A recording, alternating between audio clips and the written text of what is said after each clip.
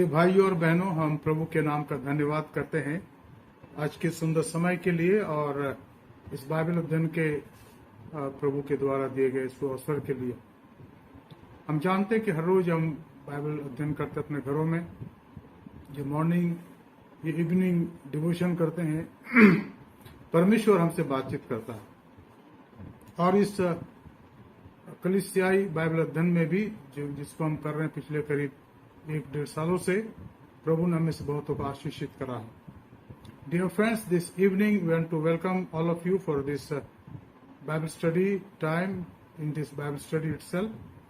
We thank the Lord for giving us this opportunity to come to Him in this manner and able to exalt and read His Word and apply certain things in our lives. This evening I am also grateful to the Lord for this very, very important book, the letter to the church at Hebrew. This is something which talks about our Christian witness. हम लोग यहाँ पर परमेश्वर के उस गवाह का के बारे में देख रहे हैं, because this letter is more of witness of the high priest, witness of his disciples, witness of God's people who were faithful in their witnesses in the olden days. इस पुस्तक में हम परमेश्वर के बहुत सी बातों को देखते हैं, खास करके हमारे महायाजक के बारे में जो इस संसार में थे, जिसने अपने आप को हमारे लिए दे दिया, और उन लोगों के बारे में पढ़ते हैं जो परमेश्वर के सच्चे गवाह बने। इसके अलावा और भी बहुत सी बातें यहाँ पर है इस पुस्तक में जिसको हम देख रहे हैं। आज हमारे अध्ययन का जो अध्याय होगा वो इब्रानियों उसका 3रा अध्याय, उसके 12 से 19 पद तक हम देखेंगे।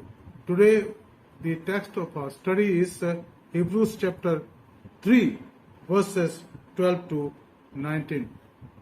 तो इससे पहले हम बाइबल अध्ययन करें, आइए हम प्रार्थना करें। धन्यवाद, स्तुति और महिमा के पिता परमेश्वर, हम आपकी स्तुति करते हैं प्रभु आज शाम के लिए कि आपने हमें वचन दिया कि आज फिर से एक बार हम आपके वचन का अध्ययन कर सकें। Lord, we thank you and praise you for this time that you have granted to us, especially during this evening as we study and meditate upon your word. Lord, thou speak to us, speak to me, speak to all our dear ones who are participating in this study. Bless us and guide us. In Jesus' matchless name I pray. Amen. यहाँ पर हमने पिछले अध्ययन में देखा था प्रभु यीशु मसीह के बारे में, और हमने देखा था कुछ बातों को, और जिसको मैं दोहराना चाहूंगा, सारी बातों को नहीं लेकिन कुछ खास बातों को। 3रे अध्याय की पहली बात हमने देखी थी उस स्वर्गीय बुलाहट के बारे में। In the 3rd chapter of Hebrews we saw about the meaning of our calling, called by God, being called by God, called in Jesus Christ। और मैंने आपको बताया था इस बुलाहट के बारे में 1 कुरिन्थियों के पहले अध्याय में से कुछ बातें, लेकिन वहां जो मुख्य बातें हैं वो है कि इसमें हमारी योग्यता कहनी है। अगर आज हम उसकी सेवा में हैं मित्रों, तो इसमें हम अपने लिए घमंड नहीं कर सकते। We can not say that we are eligible और we were eligible to be called by God. जी नहीं, God has called us not because of my ability, not because of my education, not because of my language, not because of I can do a lot, but because I made myself available. Not my ability, but availability. परमेश्वर हमें इसलिए नहीं बुलाता कि हम उसके योग्य हैं, वो इसलिए बुलाता कि हम जब भी वो कार्य हमें देता है हम उसके लिए उपलब्ध रहते हैं। That is the most important thing our Christian। और फिर हमने देखा, दूसरी बात देखी थी कि परमेश्वर एक घर बना रहा है। इस घर को निश्चित रूप से परमेश्वर का परिवार कहा गया है, उसका राज्य है, और आज हम उसकी कलीसिया के रूप में उसमें बढ़ रहे हैं। और हमने कुरिन्थ की पत्री में से इसके बारे में आपको समझाया था। फिर तीसरी बात हमने देखी कि यीशु मसीह उस घर का अधिकारी है, वो सृष्टि का आरंभ है, मूल है। इस पर हमने ध्यान दिया था। आज हम इससे आगे और कुछ बातों को हम देखेंगे जो हमारे जीवन के लिए जरूरी है, और हमने ये भी देखा था कि वो पवित्र आत्मा के द्वारा हमारी सहायता, हमारी मदद करता। और यहाँ पर एक उदाहरण बताया गया था पिछले अध्ययन में 40 वर्षों का इसराइलियों का, उस पर हमने ध्यान दिया था और फिर हमने देखा था कि परमेश्वर चाहता है कि हम उसको और गहरा से जाने ताकि अंततः उस अनंत निवास में निवास कर सके। मित्रों, ये बहुत ही महत्वपूर्ण बात है जिसको हमें समझना और जानने की आवश्यकता। आज हम 3 बातों को और देखेंगे।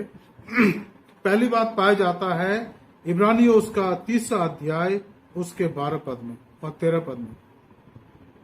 The first thing that we want to see today is found in Hebrews chapter 3 verses 12 and 13. क्या लिखा है? Take care, brothers, lest there be in any of you an evil, unbelieving heart, leading you to fall away from the living God.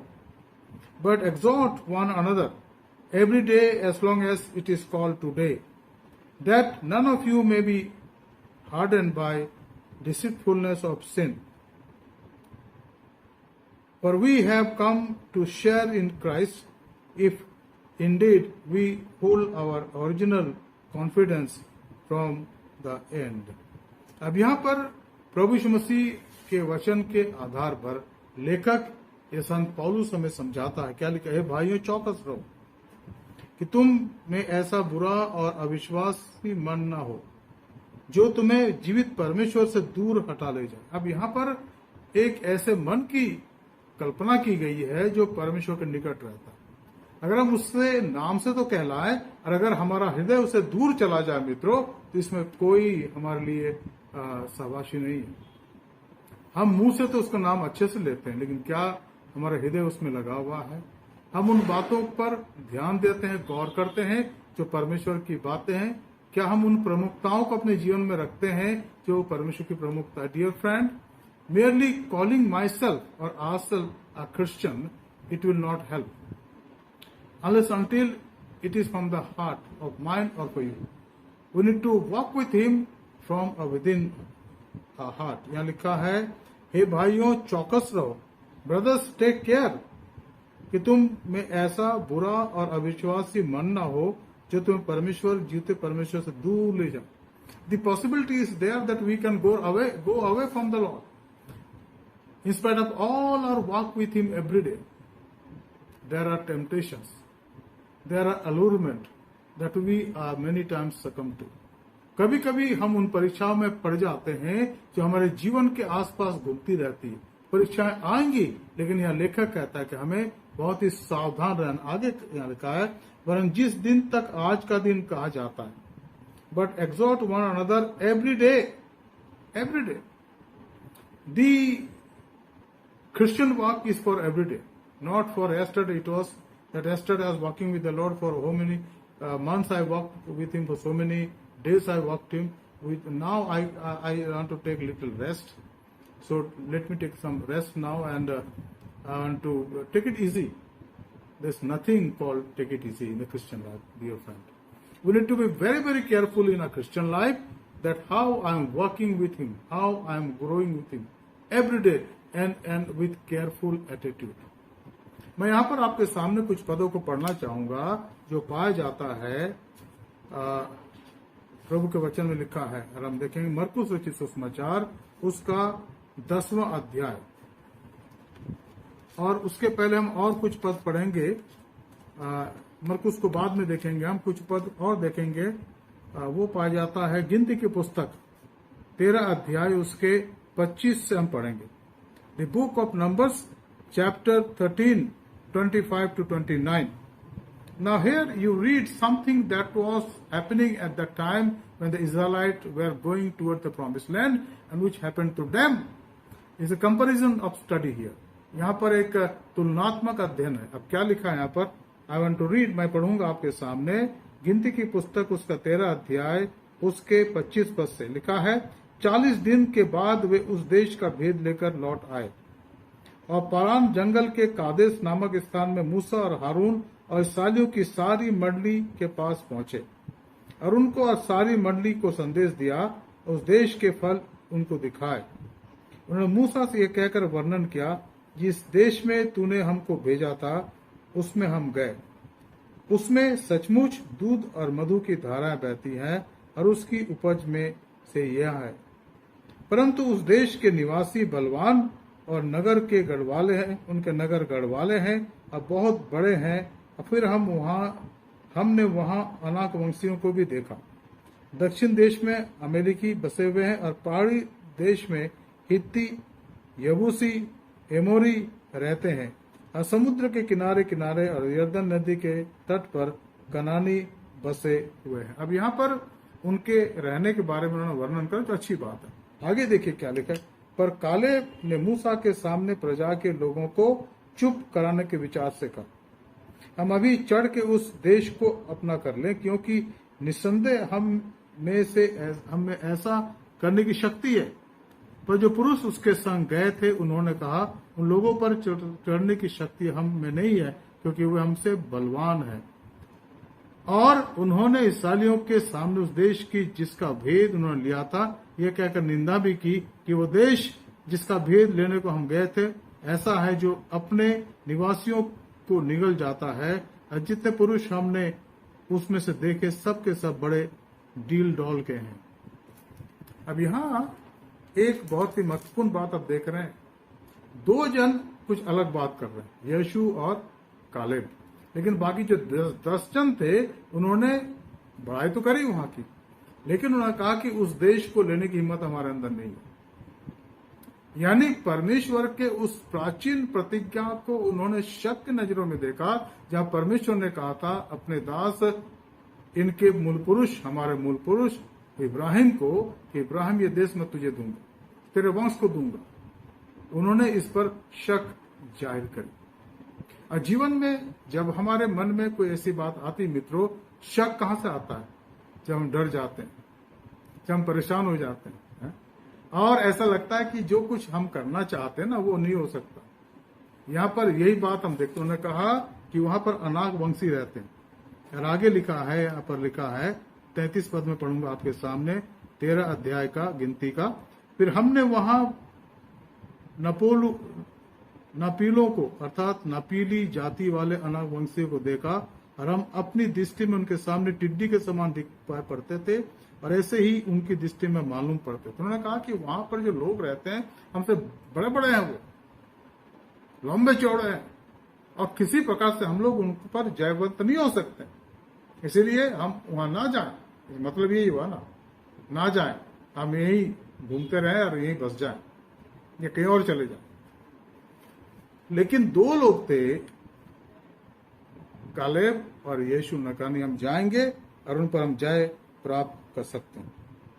यहाँ लिखा है, Caleb ने मूसा के सामने प्रजा के लोगों को चुप कराने के विचार से कहा, हम अभी चढ़ के उस देश को अपना कर लें, क्योंकि निसंदेह हम में ऐसा करने की शक्ति है। But Caleb quieted the people before Moses and said, let us go up at once and occupy it, for we are well able to overcome it.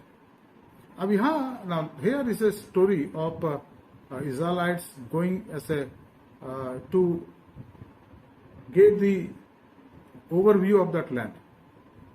The spies, they went there. And when they returned back, except 2, everybody was frightened. We cannot. Why it happened? Because of their less faith. Their doubt in the word of God. मित्रों, यही हमारे जीवन के साथ यहाँ पर होता है। यहाँ लिखा है, पौलुस या लेखक कहते हैं 3 अध्याय के 12 पद से, भाइयों चौकस रहो कि तुम में ऐसा बुरा और अविश्वासी मन ना हो।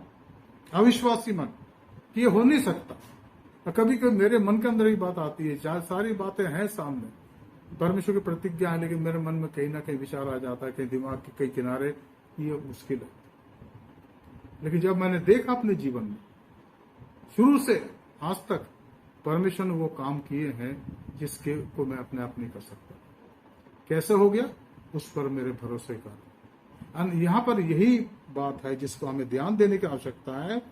हे भाइयों चौकस रहो, तुम ऐसा बुरा और अविश्वासी ना बनो, यानी हम उसके सामने नम्र बने रहें और विश्वासी बने रहें, क्योंकि अगर हम ऐसा रहेंगे तो उसे संगति में रहेंगे। जब उसकी परमेश्वर की संगति में रहेंगे तो हर काम जो हम करते हैं हमारे लिए संभव हो जाएगा, परमेश्वर उसे हमारे लिए संभव करेगा। यहाँ लिखा है, वरन जिस दिन तक आज का दिन कहा जाता है, हर दिन एक दूसरे के समझाते रहो, ऐसा ना हो कि तुम में से कोई जन पाप के छल में आकर कठोर हो जाए। मन का कठोर हो जाने का मतलब क्या है? ईश्वर की तरफ फिर जाना। What it mean to be hardened of a heart. But exhort one another every day as long as it is called today, that none of you may be hardened by the deceitfulness of sin. और हमारे मसीह जीवन के अंदर भी आज ये बात पाई जाती है, अगर हम परमेश्वर की प्रतिज्ञाओं पर शक करते हैं तो मन कठोर हो जाए, और एक बार मन कठोर हो गया फिर हम परमेश्वर की तरफ ध्यान देना छोड़ करके दुनिया की बातों की तरफ देखेंगे, दुनिया की बातों की तरफ हम ध्यान लगाएंगे और जो हमें नुकसान पहुंचा सकती है। इसलिए हम इस बात पर ध्यान देने की आवश्यकता है। दूसरी बात जो यहां पर लिखा है वह है 15 पद में, जैसा कहा जाता है, यदि आज तुम उसका शब्द सुनो तो अपने मनों को कठोर ना करो, जैसा कि क्रोध दिलाने के समय क्या था। Today if you hear his voice do not harden your hearts as in the rebellion. अब यहां पर रिबेलियन को हम देखते हैं, निर्गमन की पुस्तक में बार बार आप देखेंगे, जब ये मिस्र से निकले कुछ घंटे हुए थे कि जब उन्होंने पीछे मुड़कर देखा, फिरौन की सेना को देखा तो डर गए, और उन्होंने मूसा के खिलाफ बात करनी शुरू कर दी कि तू हमें जंगल में क्यों लाया, अभी लाल समुद्र सामने दिख रहा। और मूसा को सचमुच में उन्होंने परेशान कर दिया, और जब वहां से बड़े ही आश्चर्यक्रम के साथ वो लाल समुद्र के पार हो गया। हम इस कहानी को जानते हैं। आगे चल के जब उनको मारा में पानी नहीं मिला तो वो परेशान हो गए, और फिर वो परेशान रहे भोजन के बारे में, जबकि परमेश्वर उनको मन्ना देता रहा, 40 साल तक देता रहा, सबको देता रहा। फिर नॉनवेज के लिए परेशान हो गए, प्रभु ने उनको वो भी दे दिया बटर के रूप में, लेकिन उनके हृदय की कठोरता उनके लिए भारी पड़ा। मित्रों, आज भी हमारे जीवन के अंदर ऐसा ही होता है। जब हम प्रभु के तमाम कामों को देखते हैं, उसके आश्चर्यकर्मों को देखते हैं, लेकिन फिर भी मन कठोर कर लेते हैं। जो प्रभु के सेवक हैं, जो सुसमाचार सुनाने वाले हैं, उनकी बातों पर गौर नहीं करते, अपने जीवन को उन बातों में लगा देते हैं जो हमारे लिए शायद कठिन है, लेकिन हम प्रभु की बातों पर शक करते हैं। हमें इन दिनों में अपने जीवन को जांचना मित्रों और देखने की आवश्यकता है कि हम उसके वचन पर क्या भरोसा करते हैं। और इब्रानियों का 11 अध्याय हमारे लिए एक ऐसा अध्याय जहां पर करीब 34 लोगों का नाम लिखे हुए, जिनको विश्वास के योद्धा कहा गया। इन विश्वास के योद्धा के जीवन का जो बहुत बड़ी बात थी कि उनका विश्वास परमेश्वर पर, चाहे कुछ भी हो जाए उन्होंने उसको नहीं छोड़ा। और मित्रों, यही बात तो सच्ची है। आज भी हमारे चारों तरफ परेशानियां हैं, अलग अलग जगह पर प्रभु के जो सच्चे विश्वासी उन पर ताड़नाएं आ रही हैं, पर क्या हम ताड़ना के कारण, परेशानी के कारण प्रभु के सुसमाचार को तिलांजलि दे दें, उसको छोड़ दें? जी नहीं, उसको हम नहीं छोड़ सकते, क्योंकि वो जीवन है, उसके द्वारा हमने जीवन पाया है मित्रों, और प्रभु चाहता है कि हम उसमें बढ़ते चले जाएं। इसलिए इस बात पर हमें गौर करने की आवश्यकता है।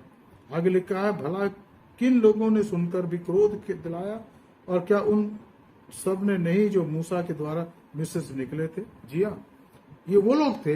And we read about the for who were those who heard and were yet rebelled, was it was not all those who left Egypt led by Moses? उन्होंने मिस्र देश में they saw miracle after miracle after miracle, and 10 plagues were there, but God had saved them. And the last plague that came, the firstborn of each one in Egypt died, but God saved them, protected them. They had seen everything from the beginning till the end. But once they have come out here, journeying toward the promised land, now they have doubt and grumbling against God's servant Moses and God's promises. Dear friend, this can be our situation also. May the Lord give us grace so that we may follow His footsteps, His commands, His guidance, and walk in the newness of life with the help of the Holy Spirit. Now the third thing that we read here is verse 17 and 18 and 19. And with whom was he provoked for 40 years? Was it not with those who sinned, whose bodies fell in the wilderness? And to whom did he swear that they would not enter his rest, but to those who were disobedient? So we see that they were unable to enter because of their unbelief. यहाँ लिखा है, और वो 40 वर्ष तक किन लोगों से क्रोधित रहा। अगर आप यहाँ पर कुछ पदों को देखें जो मैं आपको सामने पढ़ना चाहूंगा, वो पाया जाता है मरकुस की किताब उसका 10वां अध्याय उसके 17 से। क्या लिखा है 17 पर से देखिए, मरकुस उसका 10वां अध्याय 17 से। अब इन बातों को समझने की आवश्यकता है, फिर मैं आपके सामने इन पदों को और भी बताऊंगा और इस पर हम वापस आते हैं। मरकुस 10 अध्याय 17 से। जब वह वहां से निकलकर मार्ग में जा रहा था तो एक मनुष्य उसके पास दौड़ाता हुआ आया और उसके आगे घुटने टेक कर उससे पूछा, हे उत्तम गुरु, अनंत जीवन का अधिकारी होने के लिए मैं क्या करूं? यीशु ने उससे कहा, तू मुझे उत्तम क्यों कहता है? कोई उत्तम नहीं, केवल एक, अर्थात परमेश्वर। तो आज्ञाओं को तो जानता है, हत्या न करना, व्यभिचार न करना, चोरी न करना, झूठी गवाही न देना, छल न करना और अपने पिता और अपनी माता का आदर करना। उसने उससे कहा, हे गुरु, इन सब को तो मैं लड़कपन से मानता आया हूँ। यीशु ने उस पर दृष्टि करके उससे प्रेम किया और उससे कहा, तुझ में एक बात की घटी है, जो कुछ तेरा है उसे बेचकर कंगालों को दे और जा, जो कुछ और तुझे स्वर्ग में धन मिलेगा और आकर मेरे पीछे हो ले। अब यहाँ पर एक उदाहरण है उस व्यक्ति का जो धनी था। यीशु मसीह के पास आया, उसने कहा, हे प्रभु, अनंत जीवन पाने के लिए मैं क्या करूं? अब प्रभु यीशु मसीह ने उसको बताया कि जो कुछ तेरा है, क्योंकि धनी था, लिखा आगे लिखा बहुत धनी था। अगर आप 22 पद को देखें तो यहाँ लिखा है, इस बात से वो जवान चेहरे पर उसके उदासी छा गई और वो शोक करता हुआ चला गया, लौट गया, क्योंकि वो बहुत धनी था। प्रभु ने कहा, जो कुछ भी तेरे पास है उसको बेच। अब मतलब ये नहीं कि सब कुछ बेच के तो कंगाल हो जाए, जी नहीं। मतलब ये है, अपने धन संपत्ति से अपने ध्यान को हटा लो। मित्रों, कितनी बार हम अपने संपत्ति, धन और दौलत पर गौर करते रहने के लिए सोचते रहते हैं। कमाना एक जिम्मेदारी और उसको बचाए रखना एक जिम्मेदारी। कभी आपने ध्यान दिया मित्रों कि जो गरीब इंसान है, दलित है, मजदूरी करता है, वो रात में जो भी उसको मिलता है परिवार के साथ खा करके आराम से सोते हैं। उनको पता है कि भी छुपाने के लिए या रखवाली करने के लिए उनके पास कुछ भी नहीं है, और दूसरे दिन फिर से मेहनत करते हैं। अब उनकी जीविका चलती रहती, खुशहाल जीवन। परेशानियां तो बहुत सी होती हैं, लेकिन एक खुशहाल जीवन है। लेकिन अगर हम कंपेयर करें उन लोगों के बारे में जिनके पास बहुत कुछ है, पहले तो वो सोचेंगे भाई इसके लिए चौकीदारी करनी है, देखभाल करनी है कि कहीं खत्म ना हो जाए, कि चोर ना ले जाए या चोरी ना हो जाए, डाकू ना आ जाए। तो यहाँ पर जो मुख्य बात है वो ये है कि परमेश्वर यहाँ आज हमें सिखाना चाहता है कि हम उसको क्रोध ना दें। Let us not work so that we rebel against him and in return we bring out his wrath over us। परमेश्वर के लिखा है इब्रानी के पत्री के अंदर हम पढ़ते हैं कि हमारा परमेश्वर भस्म करने वाली आग है। इस बात को साफ साफ कहा गया। अगर आप 12 अध्याय के 29 पद को देखें इब्रानियों, यह साफ लिखा है, क्योंकि हमारा परमेश्वर भस्म करने वाली आग है। इब्रानियों 12:29 12:29। Our God is a consuming fire. Therefore, I should be careful so that my attitude, my life, or my day-to-day walk with the Lord should not provoke His anger against me। कई बार हम इन बात पर ध्यान नहीं देते मित्रों, और हम ऐसा करते हैं। हम अपने आप को बहुत ज्यादा ज्ञानवान समझते हैं, गुणवान समझते हैं, पढ़े लिखे समझते हैं, और हम सोचते हैं कि हमें भाषा में बहुत अच्छा कमांड है और समाज में हमारा सम्मान है, और उन लोगों को हम तुच्छ समझते हैं जो शायद दुनिया की एतबार से कमजोर है, उनके पास धन भी कम है। कभी कभी जब हम ऐसा हो जाते हैं तो नुकसान आगे चलकर हमारा होता, उनका नहीं होता। बाइबल में बार बार ये लिखा गया कि परमेश्वर हमें नम्र बनाना चाहते हैं। और सबसे बड़ी बात यह कि नम्रता के साथ लिखा है कि धन्य वे जो मन के दीन है, क्योंकि स्वर्ग का राज्य उन्हीं का है। अगर हम नम्र और दीनता के साथ उसमें बढ़ना चाहते तो परमेश्वर हमें आशीषित करता है, आशीषित करेगा। असली यहाँ पर साफ साफ लिखा है, और वो 40 वर्ष तक किन लोगों से क्रोधित रहा। कौन से लोग थे ये कोई बाहर से आए लोग नहीं थे, ये वही लोग थे जिन्होंने 430 साल तक की गुलामी करी मिस्र में, और आखिर दिनों में उन्होंने उसके लिए ईश्वर की दुहाई दी, परमेश्वर हमें बचा ले, हमें छुड़ा ले यहां से, क्योंकि उनके बहुत से लोग जानते थे कि ईश्वर ने कहा कि मैं छुड़ाने वाला भेजूंगा। और तब परमेश्वर ने मूसा को भेजा। जब मूसा ने उनको छुड़ा कर ले गए, अब वो बुड़बुड़ा रहे। That's what happened to us as Christians. Jesus, you have saved me from my sins.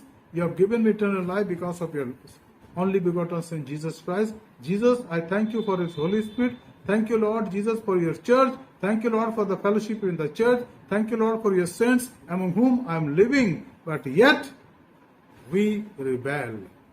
Not because there's any shortcoming in the eternity. No. It's because of my selfish nature, carnal nature. And I don't want to humble myself, and in the return, I grumble in the promises of God. मित्रों, यही तो हमें समझने और सीखने की आवश्यकता है। हमारे सामने एक उदाहरण है यहाँ पर, जो हमने यहाँ पर देखा, और यहाँ लिखा है, और वो 40 वर्ष तक किन लोगों से क्रोधित रहा? अपने लोगों से। He was angry for 40 years because they provoked him, because they were stiff-necked people, hard in their hearts, and they later on reaped the consequences of all the things that they did. And except 2 people who had come out from Egypt, none of these people whose number was more than 30 lakhs maybe could enter into the promised land. And those 2 people were Joshua and Caleb. And all the children who were born in wilderness, they only could enter into that land of promise, or promised land. मित्रों, यहाँ पर हमारे लिए बहुत ही अच्छा lesson है सीखने के लिए। हमारे पास एक पाठ है कि परमेश्वर के सामने हम नम्रता के साथ रहे, दीनता के साथ रहे, और अपने घमंड को, अपने अहम को, अपने गुस्से को और अपने बदले लेने की भावना को उसके सामने ना लाएं, उससे पश्चाताप करें, तभी हम आगे बढ़ सकते हैं। और यहाँ पर इस बात को अच्छे से आज प्रभु हमें समझा रहा है। मित्रों, मैं सोचता हूं कि हमारा परमेश्वर प्रेमी भी है, is God of love. He has loved us. He don't want to punish us if we repent. Repentance is the only criteria to enter into the door which is called Lord Jesus Christ. And when the repentance is genuine, the hope is there for everyone. जब हम पश्चाताप दिल से करते हैं तो परमेश्वर के पास हमारे लिए द्वार खुला है, आशा है। और यही इब्रानियों के 3 अध्याय के 12 से 19 पद पर जो कुछ हमने देखा, समझा, ये हमारे लिए चेतावनी है। और यहाँ लिखा 19 पद में, अतः हम देखते हैं कि अविश्वास के कारण प्रवेश ना कर सके। So we see that they were unable to enter into the promised land because of unbelief. Faith is the substance, and Bible says very clearly about the faith, and I want to read again. Now faith is this assurance of things hoped for and conviction of things not seen. What is faith? Is the assurance of things hoped for and conviction of things not seen. विश्वास क्या है? विश्वास आशा की वस्तुओं का निश्चय है, अनदेखी वस्तुओं का प्रमाण। इसलिए अपने जीवन में हम कभी भी अविश्वास ना लाने दें। आइए हम प्रार्थना करते हैं। धन्यवाद, स्तुति और महिमा के पिता परमेश्वर, इस सुंदर वचन के लिए प्रभु जो आज आपने दिया, हम आपका धन्यवाद करते हैं और प्रार्थना करते हैं प्रभु इस वचन के गहराई में ले चलें ताकि हमारे जीवन से आपको महिमा, स्तुति, आदर मिल सके। और दिन भर आपने संभाला, आगे भी संभाले, सहायता करें। जो बीमार है चंगाई दे प्रभु, जो निराशा में है उनके निराशा को दूर कर उनको आशा दें। Lord, we thank you and praise you for the word that has come to us. And we pray, God, that increase our faith and give us that humility, Lord, that we may walk with you every day. प्रभु, जो वचन के बीच आज बोया गया प्रभु हमारे हृदय के खेत में वो व्यर्थ ना जाए, पर आपका आत्मा उसको सींचे ताकि फलवंती तो उसमें फल लगे 100 गुना, 60 गुना, 30 गुना। हमारे उद्धारकर्ता प्रभु यीशु मसीह के पवित्र नाम से मांगते हैं, आमीन। Now let us also have the benediction of the Lord. अब हमारे खुदा यीशु मसीह का फजल, खुदा बाप की मोहब्बत, रूह कुदुस की इफाकत और शराकत एपसल मेथोडिस्ट कलीसिया के एक एक विश्वासी के साथ, एक एक माँ बाप के साथ, एक एक बुजुर्ग के साथ, एक एक जवान के साथ, एक एक बच्चे के साथ, इस बाइबल स्टडी में भाग लेने वाले हमारे मित्रों के साथ इस समय और हमेशा तक होती रहेगी, आमीन। Thank you. Jesus is Lord. May God bless all of you. Thank you. Good night.